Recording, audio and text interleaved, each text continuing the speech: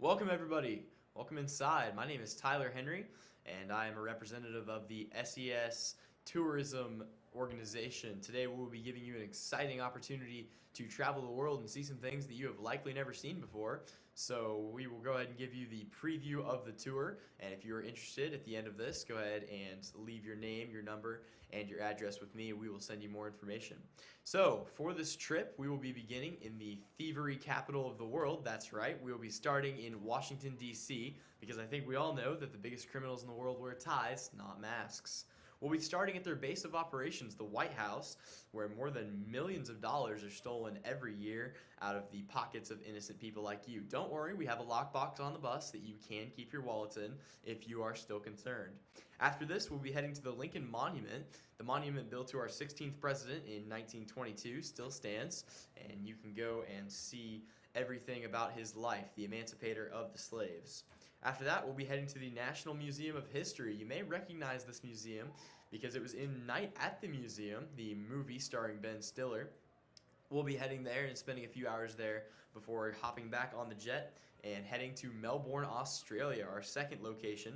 We will be beginning in the Eureka Tower, the base of business operations for most of Australia, standing at 975 feet. The tower is reflected off the sun, is one of the best sights Australia has to offer. We will also be heading to the Melbourne Cricket Grounds to watch the Melbourne Lions take on whatever sports team is in town that week. And it'll be an experience for some of us who have never watched cricket before. It's an interesting sport to watch, so it'll be a good experience for you guys. After that, we'll be heading to the Yarra Valley. We'll be checking out the river inside that as well as the valley. The river is actually as long as the Amazon. And once completed with that, we will head to Paris. In Paris, the first thing that we're going to go see is the Eiffel Tower. We'll probably get in to the city sometime in the later evening and head to the restaurant in the top of the 986-foot tower. After that, we will head to the Notre Dame Church the following morning, the largest Catholic church in existence up until the fall of the Roman Empire. And speaking of the Romans, that same day we'll head to the ruins of Pantheon, the old Roman guardhouse sitting somewhere in the middle of Paris. Our next location will be Berlin, Germany. We are going to attempt to hit 6 of the 7 continents, excluding Antarctica, of course, because that's just ridiculous and there's really nothing to do there.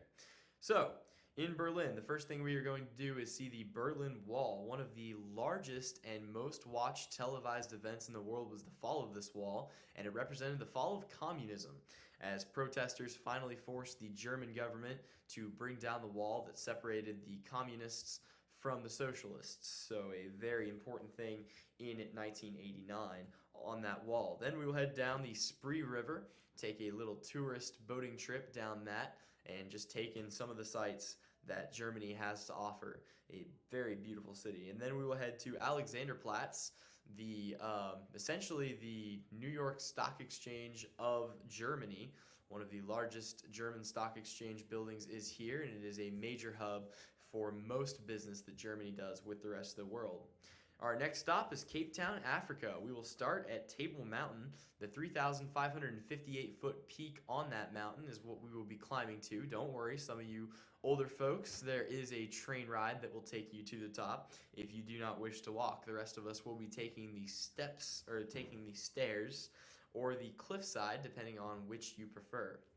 After that, we will head to Cape Town Stadium and watch an Ajax Cape Town team that has had a very good season so far this year, and we'll see them take on one of the local Argentina teams. After that, we will head to the Victoria Waterfront, one of the largest tourist destinations, and a large marketplace that has not been touched since the good old days when anybody could set up shop and sell whatever you had. Next stop is Brazil, South America, sorry. We will be heading to the Christ the Redeemer statue first off, built in 1931 and one of the original 7 wonders of the world. It is still just as beautiful as the day it was built. After that, we'll head to the Maracana Stadium, one of the stadiums built for the World Cup by Brazil, and see Brazil take on Argentina in a bit of a grudge match after what happened in the group stage of the World Cup. After that, we'll head to the old Amazon Theater, one of the oldest and still standing theaters, and a very, very popular Greek theater back in the early parts of AD. Then we'll head to Hong Kong. Our first stop in Hong Kong is Ocean Park, which has attracted 963 million people since its opening in 1986, one of the largest amusement parks in the world. Then we'll head to the Hong Kong Clock Tower, which is located on the southern shore of Hong Kong, and take in the sights there. The clock tower is still operational. And then we will head to Victoria Peak, the 1,818-foot peak on the top of one of the largest mountains in Hong Kong. And from that peak, you can see the view of the whole city. It is absolutely gorgeous at night.